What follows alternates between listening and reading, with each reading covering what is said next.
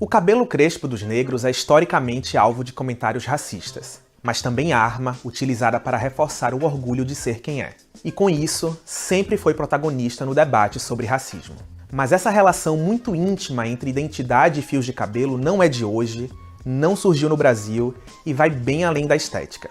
Sou Vitor Tavares, da BBC News Brasil em Londres, e nesse vídeo eu trago alguns fatos históricos que explicam por que o cabelo é, e sempre foi, tão importante desse movimento contra o racismo. A gente tem que voltar muito no tempo, bem antes de os africanos serem traficados para as Américas pelos colonizadores europeus para serem escravizados. Desde o Antigo Egito, que era uma civilização diversa e africana, até algumas comunidades contemporâneas na África, tranças, cortes, adereços e penteados fazem parte da linguagem social e da expressão corporal. Eles podiam e podem representar origens, religiões, status social e até o estado emocional. Claro, o cabelo era importante não só para as sociedades africanas, mas a diversidade de estilos na África impressionou até os primeiros europeus que chegaram por lá. Na cultura Wolof, por exemplo, no atual Senegal, as meninas tinham parte dos cabelos raspados para dizer que ainda não estavam prontas para namorar. Em outras regiões, o cabelo descuidado era símbolo de alguém que tinha perdido a moral. Para muitos povos, o cabelo também tinha função espiritual, por ser o ponto mais elevado do corpo, ou seja, a nossa parte que está mais perto dos céus e dos deuses. Esses e outros exemplos estão no apanhado histórico do livro Sem Perder a Raiz, da pedagoga e antropóloga Nilma Lino Gomes. Ela conta que o sobrenome de uma pessoa poderia ser descoberto apenas ao olhar para o cabelo, já que cada clã tinha um estilo único. Agora avançamos no tempo, para o período de opressão e dominação do tráfico de escravizados. No século XVI e nos posteriores, esse símbolo de identidade muitas vezes era cortado, literalmente. Olha essa famosa gravura Negros no Fundo do Porão, do pintor alemão Johann Moritz Rugendas. Amontoados, algemados e nus nos navios negreiros, homens e mulheres eram retratados sem cabelo ou com ele bem curto. Por outro lado, veja a obra de Jean-Baptiste Debré, que pintou negros escravizados de diferentes nações que vieram para o Brasil. Dá para ver a diversidade de penteados de etnias como Monjolo, Mina e Benguela. Em seu livro O Escravo nos Anúncios de Jornais Brasileiros do século XIX, Gilberto Freire descreve como uma análise dos cabelos podia diferenciar a procedência dos africanos que vinham trabalhar forçadamente no Brasil. Já no livro Ser Escravo no Brasil, Kátia Matoso relata que as cabeças dos africanos eram raspadas à força, no momento em que eram oferecidos à venda.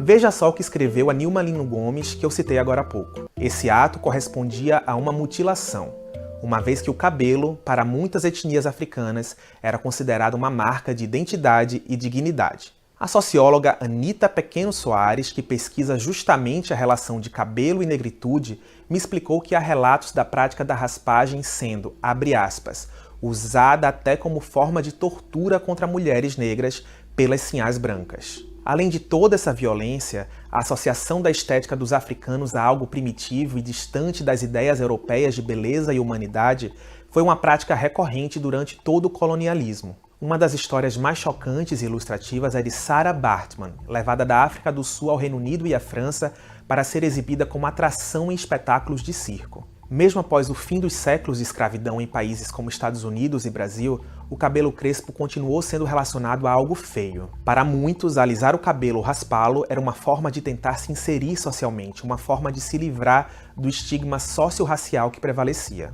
Mas então, quando começou o movimento de se orgulhar das características físicas dos negros? Claro, não existe um momento exato, e com certeza muitos nunca deixaram de se orgulhar de sua negritude. Mas Anita Soares me contou que existem alguns marcos que simbolizam essa tentativa de mudar essa perspectiva eurocêntrica. Um desses momentos marcantes ocorreu em 1858, em Boston. O abolicionista americano John Swett Rock fez um dos primeiros discursos conhecidos que exaltavam as características físicas dos negros. Ele dizia: "Quando eu comparo o sistema muscular mais forte, a bela, rica cor, os traços largos e o cabelo graciosamente frisado do negro, com a frágil organização física, a cor pálida, as feições finas e os cabelos lisos do branco, estou inclinado a acreditar que quando o homem branco foi criado, a natureza estava exausta." Esse discurso é considerado uma das bases para o que viria a acontecer nas próximas décadas. Nos anos 1930, a tentativa de olhar de modo diferente para a beleza dos descendentes dos africanos escravizados foi um dos focos do movimento Negritude, promovido pelo escritor e político francês nascido em Martinica, Aimé Césaire, e pelo escritor e político senegalês Léopold Senghor. Na África do Sul do regime racista do Apartheid, o movimento Consciência Negra, liderada pelo ativista Steve Biko, também exaltava a beleza preta. Ele foi espancado até a morte numa prisão, mas seu pensamento de exaltação da autoestima se espalhou, chegando até os Estados Unidos. Falando em Estados Unidos, passou a ser amplamente utilizada a expressão Black is beautiful, ou preto é bonito. Era uma tentativa de igualar negritude à beleza, em um ato contra séculos de imagens que mostravam negros como grotescos. Outro marco identificado pela socióloga é o movimento Rastafari. Nos anos 1930, um grupo de jamaicanos passou a acreditar que a coroação do imperador Rastafari era o cumprimento de uma profecia, e que ele era o Messias. Eles acreditavam que seriam libertados pelo imperador, que os tiraria da pobreza no Caribe e os levaria de volta à África. Mas para além dessa conotação religiosa, o movimento Rastafari se respaldou na estética, e incluía as famosas roupas coloridas e os cabelos com dreadlocks, popularizado pelo seu seguidor mais famoso, o cantor Bob Marley. Nos anos 1960, no momento de luta pelos direitos civis nos Estados Unidos, também surgiu o movimento chamado Black Power e o Partido dos Panteras Negras. Eles deram ao cabelo afro um papel central na estética dos negros americanos. As pesquisas de Anita Soares apontam que esses movimentos também tiveram reflexo no Brasil. Um exemplo é que ocorreu um aumento expressivo dos chamados salões de beleza étnicos, voltados para pessoas com cabelo crespo. O chamado cabelo afro virou moda e foi amplamente adotado por celebridades negras, refletindo uma postura política e social de valorização da negritude.